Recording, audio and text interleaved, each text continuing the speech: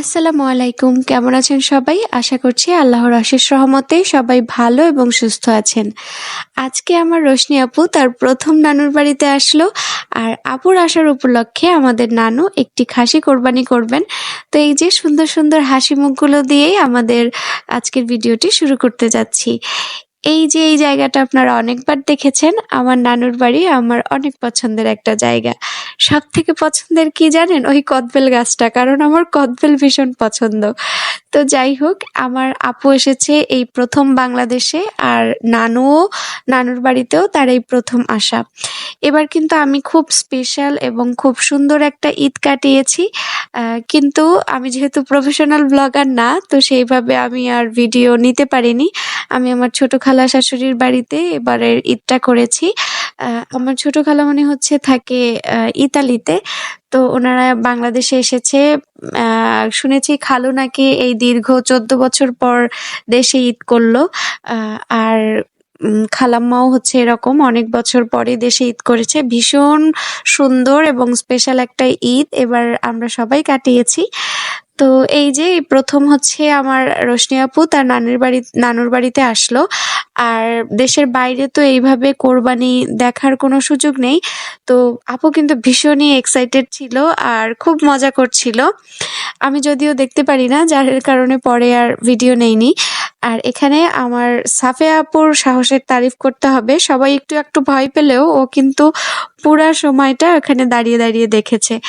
এই যে পরবর্তী প্রসেসিং শুরু হয়ে গেল। গাছের সাথে বাঁধিয়ে দেয়া হলো ছাগলটাকে এবং নানু চামড়াগুলো ছিলে নিল। আর এই যে আমার কসাই ভীষণই এক্সপার্ট, সব কাজে এক্সপার্ট। সে আবার অলরাউন্ডার উপাধি পেয়েছে সম্প্রতি। তো যাই হোক, এখানে কাটাকাটি চলছে। আর আম্মু আবার ছোট ছোট পিস করে দিচ্ছিল, নানিও করছিল, সবাই মিলেমিশে করছিলাম আর কি। আর এই যে এত মজা এত আনন্দ, তারপরেও ভীষণভাবে মিস করি মামাকে। কারণ মামার বাড়ি মামা ছাড়া ভীষণই খালি খালি লাগে। কিন্তু কিচ্ছু করার নেই, মামাও দেশের বাইরে থাকেন।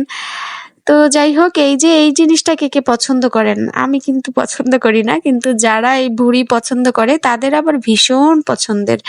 তো যাই হোক, এখানে দুপুরে রান্না বান্না শুরু হয়ে গিয়েছে। শাক ভাজি করা হলো। আর এখানে মাংসটাকেও রান্না করছে আমাদের নানি। আরো পোলাও, চিংড়ি মাছ এগুলো রান্না করা হয়েছিল, কিন্তু আর ভিডিও করতে পারিনি। তো নানির রান্না তো বলার অপেক্ষাই রাখে না। ভীষণই মজা। খুব সিম্পল ভাবে সিম্পল মশলা দিয়ে রান্না করে, কিন্তু নানির হাতেই মনে হয় জাদু আছে, যার কারণে যেভাবেই রান্না করুক না কেন ভীষণ মজা হয়। তো এই যে সব মশলা দিয়ে প্রথমেই মাংসটাকে মাখিয়ে নিচ্ছে। আর সবার শেষে দেখলাম পেঁয়াজ আর তেল। রান্না জিনিসটা কি জানেন? যার হাতে যেটা, মানে আসলে রান্নার যেন স্বাদ হাতেই থাকে। কারণ একই উপকরণ একই প্রসেসিং এ রান্না করবেন, কিন্তু এক একজনের রান্নার টেস্ট কিন্তু এক এক রকম হয়। তো যাই হোক, এখানে মামি আবার ভুঁড়ি পরিষ্কার করে নিচ্ছে। কালা কালা ভুঁড়ি পুরা সাদা সাদা হয়ে যাচ্ছে। আর এখানে মাংসটাও চাপিয়ে দেয়া হলো। আমি দেখেছি বাজারে কিনে আনা মাংসের থেকে কোরবানির মাংস রান্না হতে অনেক কম সময় লাগে এবং খুব তাড়াতাড়ি হয়ে যায়। আর গরমে ঠান্ডা ঠান্ডা তরমুজ, যদিও তরমুজটা খুব বেশি একটা ভালো ছিল না, মিষ্টিও ছিল না, আর দেখতেও তো একটু সাদা সাদা ছিল।